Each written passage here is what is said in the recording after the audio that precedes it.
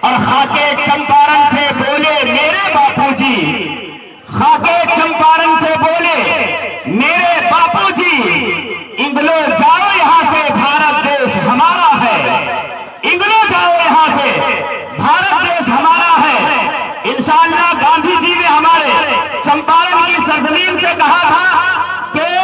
اے ہندوستان کے دشمنوں انگریزوں، تم یہاں سے جاؤ، اور انشاءاللہ آج جانے ویدھان سبھا کے کمرولی میدان سے بیرسٹر اسد الدین اویسی صاحب اور مجلس اتحاد المسلمین سے محبت کرنے والے یہ سارے لوگ نفرت پھیلانے والے گنڈوں سے کہیں گے کہ اب تم لوگ یہاں سے چھوڑو،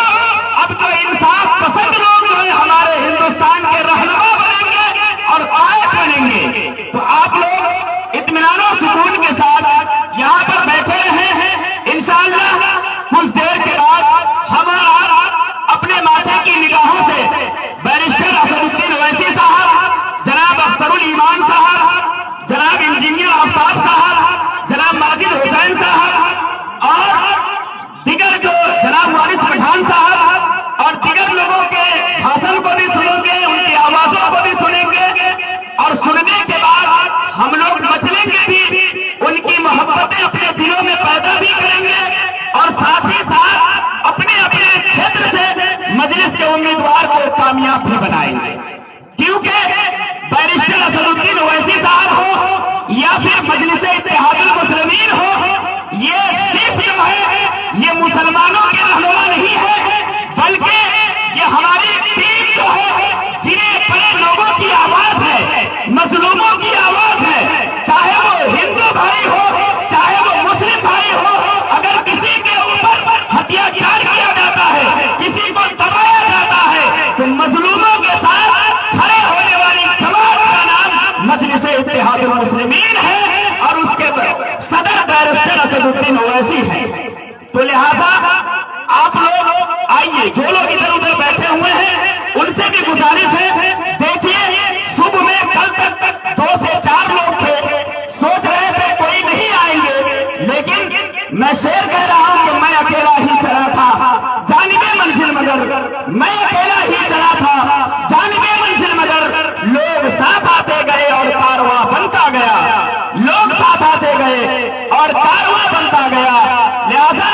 میں تمام بھائیوں سے گزارش کروں گا جو ہمارے ہندوستانی واسی ہیں، چاہے وہ ہمارا مسلمان بھائی ہو، چاہے ہمارا سکھ بھائی ہو، چاہے ہمارا ہندو بھائی ہو، سارے لوگوں سے گزارش ہے، اپیل ہے کہ آپ لوگ یہاں پر تشریف لائیے، کیونکہ یہ سارے لوگ جو دیکھ رہے ہیں یہ سارے جو ہے ایک ہندوستانی بن کر کے یہاں پر تشریف لائے ہیں، بیرسٹر اسد الدین اویسی صاحب قبلہ کا استقبال کرنے کے لیے، ان کا ویلکم کرنے کے لیے، ان کا سواگت کرنے کے لیے، کیونکہ راحت اندوری نے کہا تھا کہ میں مر جاؤں تو میری الگ پہچان لکھ دینا، میں مر جاؤں تو میری الگ پہچان لکھ دینا،